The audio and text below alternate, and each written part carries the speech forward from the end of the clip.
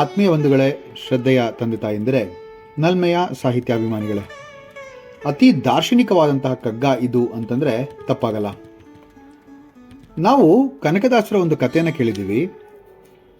ಉಡುಪಿಗೆ ಬಂದಂಥ ಕನಕದಾಸರಿಗೆ ಅವರ ಗುರುಗಳು ಎಲ್ಲ ಶಿಷ್ಯರನ್ನ ಪರೀಕ್ಷೆ ಮಾಡಬೇಕು ಅಂತ ಹೇಳಿ ಅವರ ಕೈಯಲ್ಲಿ ಒಂದು ಬಾಳೆಹಣ್ಣನ್ನು ಕೊಟ್ಟು, ಯಾರೂ ಕಾಣದೇ ಇರೋ ಹಾಗೆ ನೀವು ಈ ಬಾಳೆಹಣ್ಣನ್ನು ತಿನ್ನಬೇಕು ಅಂತ ಹೇಳ್ತಾರೆ. ಆಗ ಆ ಶಿಷ್ಯರೆಲ್ಲರೂ ಕೂಡ ಅವಿತು ಬಾಗಿಲ ಹಿಂದೆ ಹಿತ್ತಲಲ್ಲಿ ಎಲ್ಲ ಕಡೆ ಹೋಗಿ ಅವ್ರು ಯಾರಿಗೂ ಕಾಣದೇ ಇರೋ ಥರ ಬಟ್ಟೆ ಹಾಕ್ಕೊಂಡು ಮುಸುಕು ಹಾಕ್ಕೊಂಡು ಬಾಳೆಹಣ್ಣನ್ನು ತಿಂದು ಮುಗಿಸಿ ವಾಪಸ್ ಬರ್ತಾರೆ. ಆದರೆ ಕನಕದಾಸರು ಮಾತ್ರ ಬಾಳೆಹಣ್ಣನ್ನು ಹಾಗೆ ಕೈಲಿ ಹಿಡಿದು ತಗೊಂಬರ್ತಾರೆ ವಾಪಸ್ಸು. ಆಗ ಗುರುಗಳು ಕೇಳ್ತಾರೆ, ಯಾಕೆ ಕನಕ ನೀನು ಹಾಗೆ ತಂದಿದ್ದೀಯಾ, ಯಾಕೆ ನೀನು ಬಾಳೆಹಣ್ಣನ್ನು ತಿಂದಿಲ್ಲ ಅಂತ.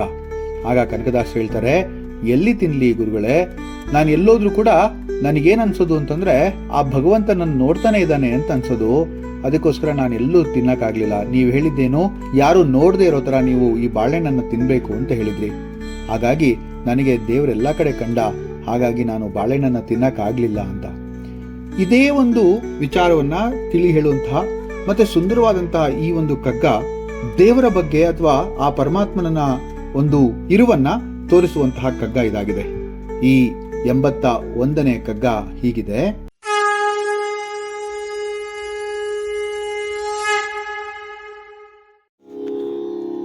ಮರೆತಿಹನೆ ಬೊಮ್ಮ ಮರೆತಿಲ್ಲ ಮರೆತ ಒಲಿಹನು, ಧರಿಸಿ ಜೀವಾಕೃತಿಯ ಜಗದಿ ತನ್ನನೆ ತಾನ್, ಅರಸಿಕೊಳ್ಳುವ ಒಲಿಹುದು ದೊರೆತವೋಲ್ ತೋರೆ ಸುಖ, ದೊರೆವವರೆ ಗಾಯಸವೋ ಮಂಕುತಿಮ್ಮ ಮಂಕುತಿಮ್ಮ. ಮರೆತಿಹನೆ ಬೊಮ್ಮ, ದೇವ್ರು ಮರೆತು ಬಿಟ್ಟಿದ್ದಾನ ಅಂತ. ಮರೆತಿಲ್ಲ ನೋಡಿ, ಡಿ.ವಿ. ಜಿಯವರು ಹೇಳ್ತಾರೆ, ಇಲ್ಲ ಅವನು ಮರೆತಿಲ್ಲ, ಆದರೆ ಮರೆತ ಒಲಿಹನು ಅಂದ್ರೆ ಮರೆತಂತೆ ನಾಟಕ ಮಾಡ್ತಾ ಇದ್ದಾನೆ, ಮರೆತಂತಷ್ಟೇ ಕಾಣಿಸ್ತಾನೆ. ಧರಿಸಿ ಜೀವಾಕೃತಿಯ ಜಗದಿ ತನ್ನನೇ ತಾನು. ಇದು ಬಹಳ ಸುಂದರವಾದಂತಹ ಒಂದು ಮಾತು. ಎಲ್ಲಾ ಜೀವಿಗಳ ರೂಪಗಳಲ್ಲೂ ತನ್ನನ್ನೇ ತಾನು ಇರಿಸ್ಬಿಟ್ಟು ಅಥವಾ ಅವನೇ ಆ ರೂಪಗಳನ್ನೆಲ್ಲ ಧರಿಸಿ ಈ ಲೋಕದಲ್ಲಿ ತಾನೇ ತಾನಾಗಿ ತಿರುಗ್ತಾ ಇದ್ದಾನೆ. ಅರಸಿಕೊಳ್ಳುವ ಒಲಿಯುವುದು ದೊರೆತವಲು ತೋರೆ ಸುಖ. ಅವನ್ನ ವಶಪಡಿಸ್ಕೋಬಹುದು ಅಂತ ಎಲ್ಲರಿಗೂ ಅನ್ಸುತ್ತೆ. ಇದೆಷ್ಟು ಸುಲಭ, ದೇವ್ರು ಇನ್ನೇನು ಸಿಕ್ಕೇ ಬಿಟ್ಟ ನಮ್ಗೆ ಅನ್ನೋ ತರಹ ಎಷ್ಟೋ ಸತಿ ಎಷ್ಟೋ ಜನಕ್ಕೆ ಭಾಸವಾಗುತ್ತೆ. ಆದರೆ ಅವನು ದೊರೆತನೆಂದರೆ ಒಬ್ಬನಿಗೆ ಆನಂದ, ಇನ್ನೊಬ್ಬನಿಗೆ ಶಾಂತಿ, ಇನ್ನೊಬ್ಬನಿಗೆ ತೃಪ್ತಿ, ಮತ್ತೊಬ್ಬನಿಗೆ ಇನ್ನೊಂದು ಯಾವುದೋ ಒಂದು ಪರಮ ಸುಖ. ಆದರೆ ದೊರೆಯುವವರಿಗೆ ಆಯಸವೋ ಮಂಕುತಿಮ್ಮ ನೋಡಿ. ಆದ್ರೆ ಆ ಪರಮಾತ್ಮ ದೊರೆಯುವವರೆಗೆ ಕೂಡ ಮನುಷ್ಯ ನಾನಾ ಪಾಡುಗಳನ್ನ ಪಡಬೇಕಾಗತ್ತೆ. ಮನುಷ್ಯನ ಆ ಕನಸು ಕನಸಾಗೆ ಉಳಿದು ಬಿಟ್ಟಿರುತ್ತೆ. ನಿರಂತರ ಯತ್ನ ಮಾಡ್ತಾನೆ ಇರ್ತಾನೆ, ಆದ್ರೂ ಕೂಡ ಅದು ಸಿಗೋದು ಬಹಳ ಕಷ್ಟ, ಆತ ಸಿಗೋದು ಬಹಳ ಕಷ್ಟ ಅಂತ ಹೇಳ್ಬೋದು. ಈ ಕಗ್ಗದಲ್ಲಿ ದಾರ್ಶನಿಕ ತತ್ವ ಅಂತ ಹೇಳಿದೆ. ಬಹಳ ಸರಳವಾಗಿ ಬಹಳ ರೂಪಾತ್ಮಕವಾಗಿ ಇದನ್ನ ವರ್ಣಿಸ್ತಾರೆ. ಇದು ಮರೆತಿಹನೆ ಬೊಮ್ಮ, ದೇವರು ಮರೆತು ಬಿಟ್ಟಿದ್ದಾನ, ದೇವರು ಯಾವ ರೀತಿಯಲ್ಲಿ ಈ ಒಂದು ಜಗತ್ತಿನ ಆಗು ಹೋಗಿಗಳಿಗೆ ಹೇಗೆ ಕಾರಣೀಭೂತನಾಗಿದ್ದಾನೋ ಅವನನ್ನ ಮರೆಯೋದು ಯಾರಾದ್ರೂ ಸಾಧ್ಯವಾ? ಆದ್ರೆ ಮರೆತೆ ಅಂತಂದ್ರೆ ಹೇಗೆ ಅನ್ನತಕ್ಕಂಥ ಮಾತನ್ನ ಇಲ್ಲಿ ಹೇಳ್ತಾ ಇದ್ದಾರೆ. ಜಗತ್ತಿನ ಸೃಷ್ಟಿಯನ್ನ ನೋಡಿದ್ರೆ ಸೃಷ್ಟಿಕರ್ತ ಇದನ್ನು ಮರೆತು ಬಿಟ್ಟಿದ್ದಾನೋ ಏನೋ ಅಂತ ಅನ್ಸೋದು ತಪ್ಪಾಗಲ್ಲ.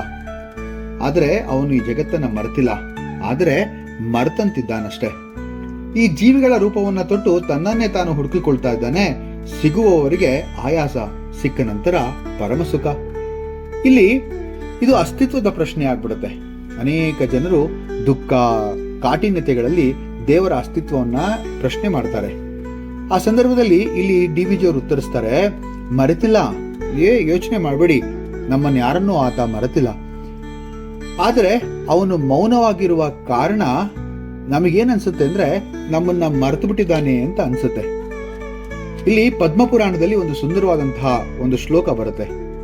ನಾಹಂ ತಿಷ್ಟಾಮಿ ವೈಕುಂಠೆ ಯೋಗಿನಾಂ ಹೃದಯೇನ ಚ ಮದ್ಭಕ್ತ ಯತ್ರ ಗಾಯಂತಿ ತತ್ರ ತಿಷ್ಟಾಮಿ ನಾರದ. ನಾರದನಿಗೆ ಭಗವಂತ ವಿಷ್ಣು ಹೇಳುವಂತ ಮಾತು, ನಾನು ವೈಕುಂಠದಲ್ಲಿಲ್ಲ, ಯೋಗಿಗಳ ಹೃದಯದಲ್ಲೂ ಇಲ್ಲ, ನನ್ನ ಭಕ್ತರು ಎಲ್ಲಿ ಭಜಿಸ್ತಾರೋ ಅಲ್ಲೇ ನಾನು ನೆಲೆಸಿರ್ತೀನಿ ಅಂತ ಹೇಳ್ತಾರೆ. ಇದು ದೇವರು ಎಲ್ಲೆಡೆ ಇದ್ದಾನೆ ಅಂತಕ್ಕಂತಹ ಮಾತನ್ನ ಹೇಳೋದಿಕ್ಕೆ ಒಂದು ಸುಂದರವಾದಂತಹ ನಿದರ್ಶನ ಅಂತಾನೆ ಹೇಳ್ಬೋದು. ಕಸ್ತೂರಿ ಕುಂಡಲ್ ಬಸೈ ಮೃಗಡೋಂಡೆ ಬನಮಾಹಿ ಐಸೆ ಘಟಿ ಘಟಿ ರಾಮ ಹೈ ದುನಿಯಾ ದೇಖತ್ ನಾಹಿ. ಕಬೀರ್ ದಾಸರ ಈ ಸುಂದರವಾದಂತಹ ದೋಹ ಇದನ್ನೇ ಹೇಳುತ್ತಲ್ವಾ. ಆ ಕಸ್ತೂರಿ ಮೃಗದಲ್ಲಿ ಅದರ ನಾಭಿಯಲ್ಲೇ ಆ ಕಸ್ತೂರಿ ಒಂದು ವಾಸನೆ ಸುವಾಸನೆ ಇರುತ್ತೆ, ಆದ್ರೆ ಅದಕ್ಕೆ ಅದು ಗೊತ್ತೇ ಆಗಲ್ಲ. ಇಡೀ ಕಾಡನ್ನೆಲ್ಲ ಹುಡುಕ್ಬಿಡುತ್ತೆ. ಅದೇ ತರ ರಾಮ ನಮ್ಮೊಳಗೆ ಇರ್ತಾನೆ, ಆ ಭಗವಂತ ನಮ್ಮೊಳಗೆ ಇರ್ತಾನೆ, ಆದ್ರೆ ನಾವು ಅದನ್ನ ಹುಡುಕುವಂತಹ ಪ್ರಯತ್ನವನ್ನ ಮಾಡೋದೇ ಇಲ್ಲ. ಧರಿಸಿ ಜೀವಾಕೃತಿಯ ಜಗದಿ ತನ್ನನೆ ತಾನು, ಇದು ತುಂಬಾ ಸುಂದರವಾದದ್ದು ಅಂತ ಹೇಳಿದೆ. ಪರಮಾತ್ಮನು ಜೀವಿಗಳ ರೂಪದಲ್ಲಿ ಈ ಲೋಕದಲ್ಲಿ ತಾನಾಗಿ ತಿರುಗ್ತಾ ಇದ್ದಾನೆ. ಇದೊಂದು ಅದ್ವೈತದ ತತ್ವ. ಅಹಂ ಬ್ರಹ್ಮಾಸ್ಮಿ ಅಂತಲೋ ತತ್ವಮಸಿ ಅಂತಲೋ ಉಪನಿಷತ್ತಿನ ಒಂದು ವಾಕ್ಯ ಅಲ್ವಾ, ಅದೇ ಇಲ್ಲಿ ಅನ್ವಯವಾಗುತ್ತೆ.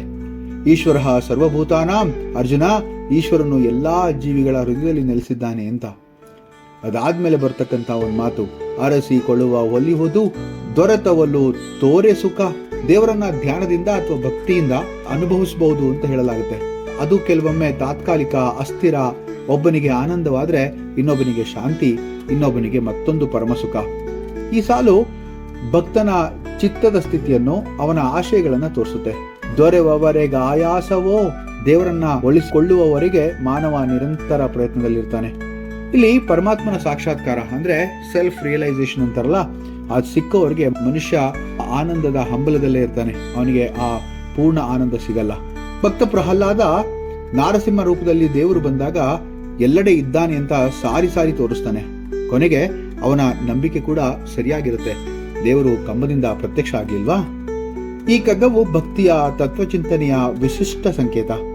ದೇವರು ನಮ್ಮಲ್ಲೇ ಇದ್ದು ನಮ್ಮೊಂದಿಗೆ ತಿರುಗಾಡ್ತಾ ಇದ್ರು ನಾವು ಅವನನ್ನ ಮರೆತಂತಾಗಿದೆ. ನಮಗೆ ಆತ ಕಾಣೋದೇ ಇಲ್ಲ.